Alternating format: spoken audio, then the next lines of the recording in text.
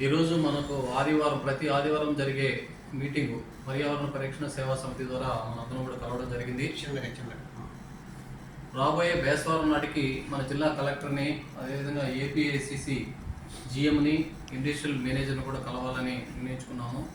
ముఖ్యంగా ఆర్డీఓ గారి సమక్షంలో 11 డిపార్ట్మెంట్లు వచ్చాయి. 11 డిపార్ట్మెంట్ల వారు కూడా ఇప్పుడు నడుస్తున్నటువంటి పరిశ్రమలు ఏ ఒక్కటి కూడా పర్మిషన్ లేకుండా నడుస్తూ ఉందని ఆ రోజు చెప్పారు. వాళ్ళకి ఒక 40 రోజులు టైం ఇచ్చి ఆర్డీఓ గారు వెంటనే మీరు ఇవన్నీ కూడా క్లియర్ చేయాలనేది కూడా అందరి సమక్షంలో కూడా చెప్పారు. ఈ వార్త కూడా పత్రిక కూడా ప్రచురించడం జరిగింది. ఈ మధ్యనే ఈ 2వ తారీఖున బీబీసీ న్యూస్ ప్రపంచమంతా కూడా వెళ్తూ ఉంది. బీబీసీ న్యూస్ ఛానల్ ద్వారా దాదాపు ఇప్పటికే లక్షల మంది కూడా చూడడం జరిగింది. ప్రభుత్వ అధికారులు ఇన్ని మంది ఉండి కూడా ఇక్కడ ఉన్నటువంటి ఎవరు కూడా చర్యలు తీసుకోకుండా దానిపైన మనం సంస్థ ఏర్పాటు చేసిన తర్వాత మాత్రమే కొద్దిగా కొన్ని మార్పులు వచ్చాయి. గతంలో 16 పరిశ్రమలు నడుస్తుంటే ప్రస్తుతం 10 పరిశ్రమలు నడుస్తున్నాయి. ఆ 10 పరిశ్రమలు కూడా సక్రమంగా స్లడ్జ్ రిపోర్టు కానీ, షాల్ట్ రిమూవ్ చేసిన రిపోర్ట్లు కానీ సక్రమంగా మనకు అందించడం లేదు. అదేవిధంగా మున్సిపాలిటీ కూడా అది అందించడం లేదు. కారణం ఏంటంటే మున్సిపాలిటీలో ఇప్పుడు ఎలక్షన్ కాబట్టి, రాబోయేది ఎలక్షన్ కాబట్టి వాళ్ళు వాటిపైన భయపడే విధంగా తెలుస్తూ ఉంది.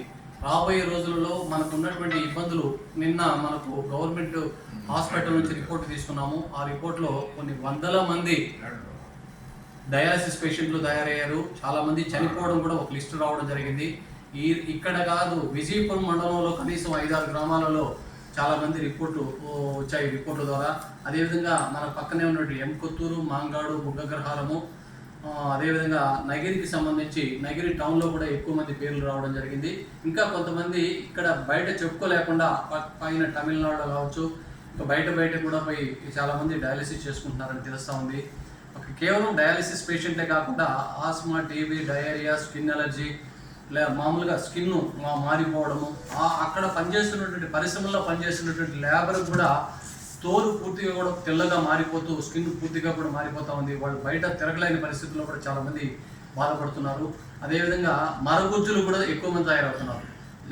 మామూలుగా బిడ్డ పుట్టిన తర్వాత వాళ్ళ యొక్క వెయిట్ ఎంత ఉండాలనేది లేకుండా చాలా వెయిట్ తక్కువ ఉండడము. అదేవిధంగా వాళ్ళు మామూలుగా అందరూ కూడా 5 అడుగులు 6 అడుగులు ఉంటే కనీసం ఇప్పుడు 3.5 అడుగులు 4 అడుగుల లోపల కూడా చాలామంది ఎంకొత్తులో ఒక 5-6 మంది చూడడం జరిగింది. అదేవిధంగా మెంటల్ డిచార్జెస్ ఉన్నటువంటి వాళ్ళు పిల్లలు